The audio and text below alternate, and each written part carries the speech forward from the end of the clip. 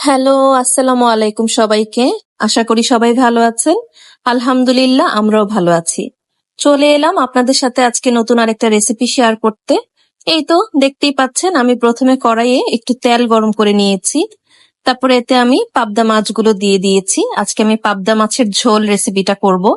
So মাছটা এক পাশ ভাজা হওয়ার পরে আস্তে করে আলতো হাতে উল্টিয়ে নিচ্ছি আরেকটা পাশ ভেজে নেওয়ার জন্য।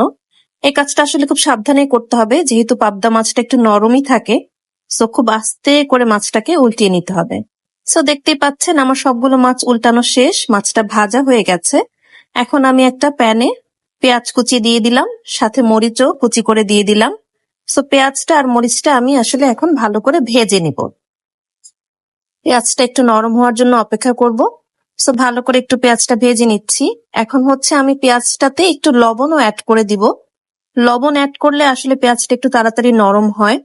তো সেক্ষেত্রে সুবিধা হয়, পেঁয়াজটা ভেজে নিতে একটু তাড়াতাড়ি হয়। তো দেখতেই পাচ্ছেন আমি লবণ দিয়ে দিলাম। এখন আমি আস্তে আস্তে এতে করে সব মশলা অ্যাড করব।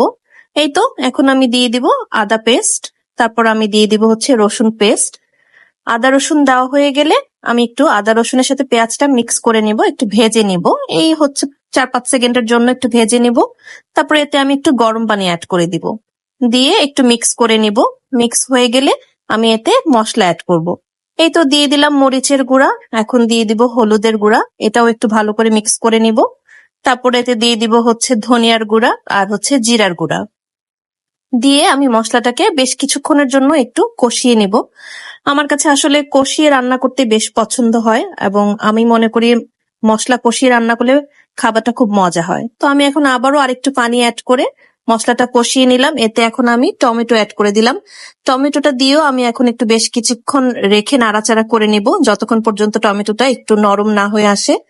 এই তো টমেটোটা নরম হয়ে আসলে আমি এতে একটা একটা করে মাছ দিয়ে দিব। এক্ষেত্রে মাছগুলো খুব সাবধানেই দিতে হবে। সো দেখতেই পাচ্ছেন আমি হাত দিয়ে খুব সুন্দর করে বিছিয়ে বিছিয়ে মাছগুলো দেওয়ার চেষ্টা করছি। এই তো মাছগুলো দেওয়া হয়ে গেলে আমি এই পাশটা একটু কিছুক্ষণের জন্য রেখে ঢেকে দিব। হয়ে আসলে ঢাকনাটা তুলে আবার মাছটাকে একটু উল্টিয়ে দিব ওই পাশটা।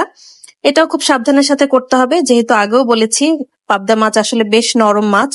সো খুব আস্তে আস্তে করেই এটা করে নিতে হবে। এই তো যখন ওই পাশটাও আমি উল্টিয়ে দিলাম, দিয়ে এখন আমি এতে ঝোলের জন্য পানি অ্যাড করে দিব।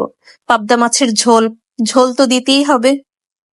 এই তো আমি ঝোল অ্যাড করে দিলাম, দিয়ে হালকা হাতে এটাকে একটু নেড়ে দিচ্ছি, দিয়ে একটা বলক আসার জন্য ওয়েট করব। এর ফাঁকে আমি ধনিয়া পাতা কেটে নিব। আমি এর আগেও বলেছি আমি তরকারিতে ধনিয়া পাতা খেতে আমরা সবাই খুব পছন্দ করি।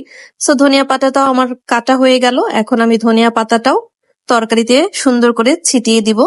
এই তো দেখতেই পাচ্ছেন আমার তরকারি অলমোস্ট হয়ে এসেছে। সো সবাই জানাবেন তরকারিটা কেমন হলো, আর কার কার পাবদা মাছের ঝোল পছন্দ, কে কে আমার মতো রান্না করেন, অথবা অন্য কোনো রেসিপিও কি আছে আমার সাথে কিন্তু সেটা শেয়ার করবেন থাকলে। এই তো আমার রান্না কমপ্লিট হয়ে গেছে। কেমন হয়েছে সবাই জানাবেন। আজকের মতো এখানেই বিদায় নিচ্ছি। আল্লাহ হাফেজ।